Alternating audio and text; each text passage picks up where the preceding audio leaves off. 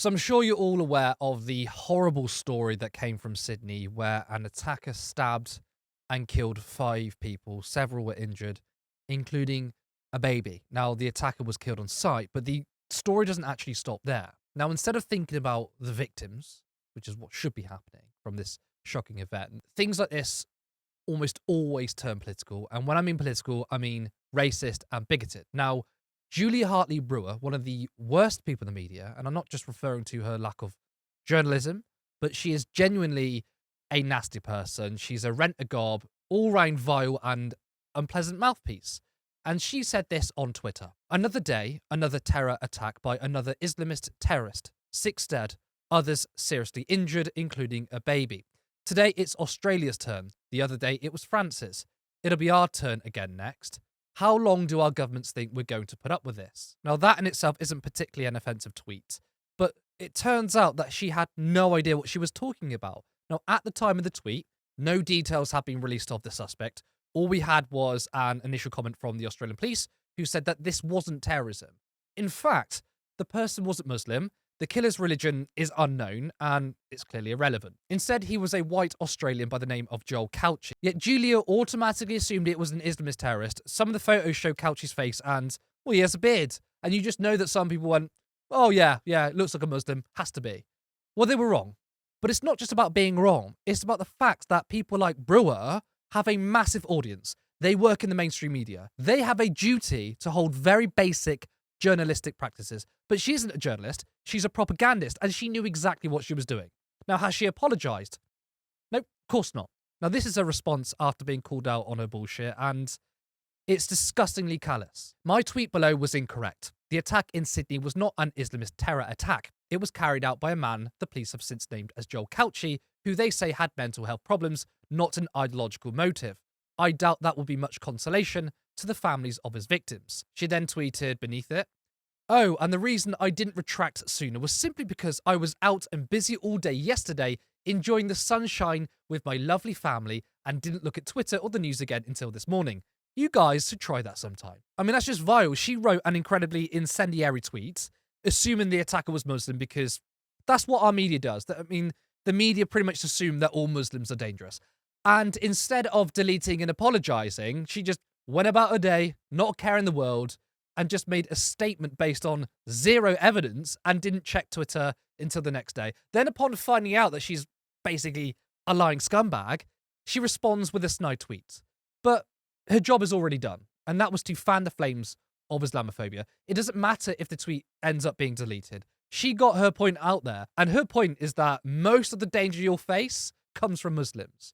If she knew the killer was a white Australian with no ties to Islam, she wouldn't have even written anything unless she could have used the story to fit her political narrative. But there's more, because it's not just Brewer. We have a now deleted tweet from Rachel Riley. We all know her, the one who wore a shirt with a photoshopped image of Jeremy Corbyn, saying, Jeremy Corbyn is a racist endeavour. Now, by the way, if you're going to do that, maybe don't use an image of him protesting South Africa's racist apartheid, because the point doesn't stand up.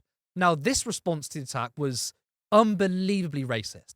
For 6 months now, people have been out on our streets proudly calling for Intifada revolution. If you want to know what globalised the Intifada looks like, see the Sydney Mile. 5 victims stabbed to death and 8 transferred to hospital, including a baby, due to one man and a knife. And it's just so disgusting. Now, there's a lot to unpack here, but first of all, she says that people have been proudly calling for an Intifada revolution. They haven't. They've been calling for a ceasefire and an end to the killing of innocent Palestinians. Also, it's clear that she believes that Intifada is some evil thing. No, the term Intifada means resist. There were 2. The first Intifada was a peaceful resistance to the Israeli occupation.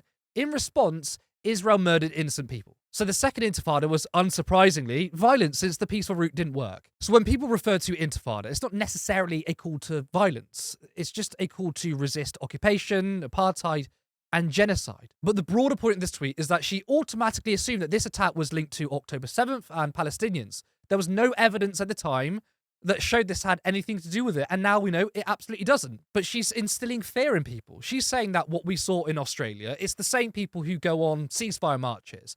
That's what she meant when you read between the lines. Because in her eyes, Palestinians, Arabs and Muslims are obviously just violent animals.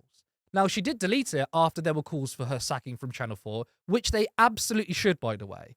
But she responded with a non-apology, and she just doubled down. Rachel Riley says, sorry if racist post about Sydney attack was misunderstood. Just to clarify, my intention with this tweet was not to say this attack was caused by any ideation or to link it to Islamic extremism, she said, adding, at the time, we did not know who the attacker was, and as such, I made no reference. I mean, you literally referenced it, so you're lying.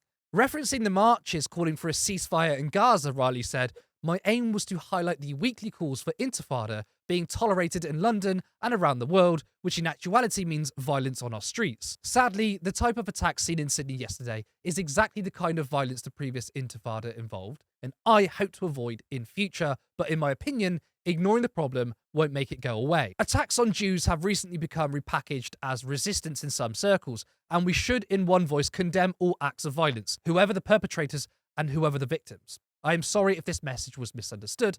That was not my intention. Yeah, so the attacker in Australia had nothing to do with Palestine, yet in her clarification, she just openly admits that even though these two things are completely unrelated, well, I'm going to conflate them anyway. And then she goes on a spiel about how the rise in ceasefire marches is just anti-Semitism. The attack in Sydney had nothing to do with Islam or October 7th, but because of Riley's racist brain, she thought, well, he looks Muslim. This is obviously linked to all Muslims and Palestinians, and the attack was part of the global resistance in support of Palestine. Since that's not the case, she should have said, I'm sorry for assuming this had links, but it's clearly not. But no, she thought, I'm still going to smear all anti-genocide marches, all Muslims and all Palestinians, because she's hateful and a racist. Now, I want to go back to Julia's tweet, because after finding out that this killer wasn't Muslim, she brings up the fact that police believe it was to do with mental illness. Now, of course, we all have the basic media literacy when it comes to who is a terrorist and who is mentally ill in the media. If it's a brown person or a Muslim, it's terrorism. If it's a black person, then it's gang-related violence. And if it's a white person, well, it's just mental health issues. But I want to dig a little deeper because I want to explore why this is the response from the media. Of course, it's racist, but simply saying it's racist, to me, doesn't explain enough. If it's racist, how and why is it racist? Why do journalists and the police come to certain conclusions? Now, when writing a piece on a story like this, when investigating a crime, the first thing is to look for a motive.